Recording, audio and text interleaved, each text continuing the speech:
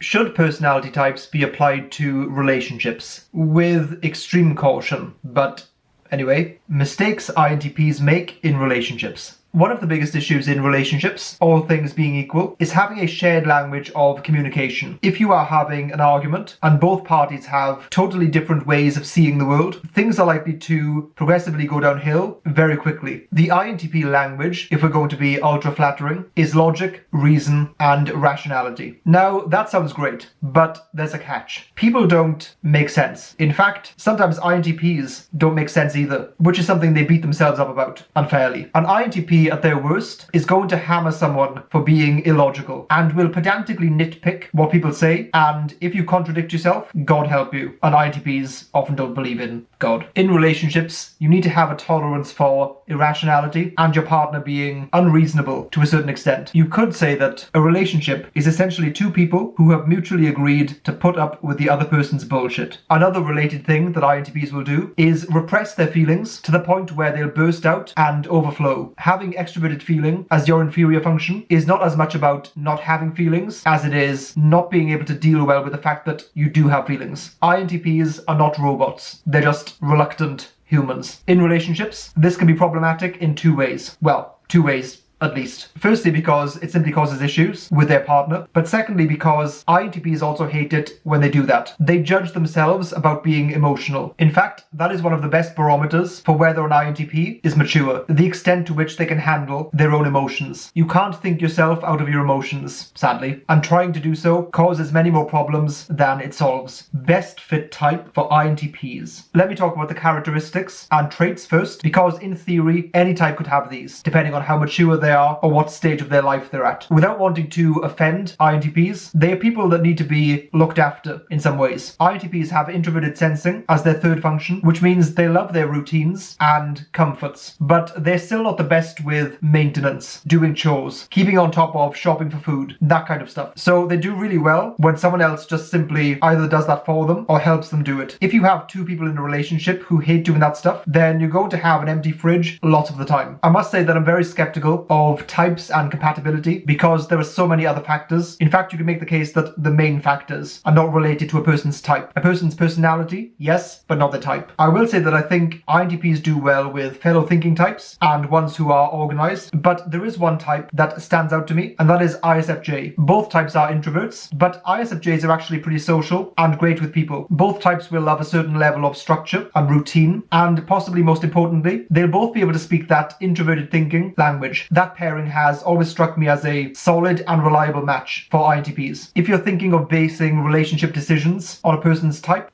don't. What INTPs need in a relationship. The most obvious point is that they're introverts, so they'll need a lot of alone time and space. That is just something that kind of applies to every introverted person by default, even if they come across as more social than the typical introvert. Feeling boxed in or encroached upon in that way is going to cause problems for them very quickly. Related to this, INTPs need to not be rushed or forced in any way. They tend to resist that external pressure. It's something that very much throws them off. They are people who need to move at their own pace, which isn't necessarily slow or fast. It can be either, but at any given point, it needs to be their own pace. Another would be avoiding highly intense, emotionally charged situations. This kind of drains them and drags them into very uncertain waters. Like I've said previously in the video, they can bring about those situations themselves, but they often hate it when they do. The quicker you can move past those things, the better. Whereas some types will actually enjoy emotional variety, highs and lows, and will categorize emotions not always as good and bad, but as interesting and boring. INTPs are a bit more binary. There's some emotions that they don't ever want to feel and would much rather their emotional life was more flat than having lots of highs and lows. Things INTPs do well in relationships. The urge I had to end the video right there was strong. I did a video called When an INTP Likes You, which covers lots of this stuff, so feel free to check that one out. In a nutshell, they will correct your thinking and be your personal advisors. To them, a mind well furnished with logic and reason is impenetrable, and that is a gift that they want to give to people they care about. And as they know, or will find out, it's not a gift that people are always in the mood to be recipients of. Being in a relationship with someone who can handle that without being offended or confused is essential. Otherwise, their partner is going to constantly feel attacked by them. If they're investing the time trying to correct you, it is actually a sign that they care. Please like and subscribe if you haven't already, and even consider hitting the dreaded notification bell. We've also recently set up a Discord server, so feel free to join that if you want to chat to people or just lurk in the shadows. The link is in the description below.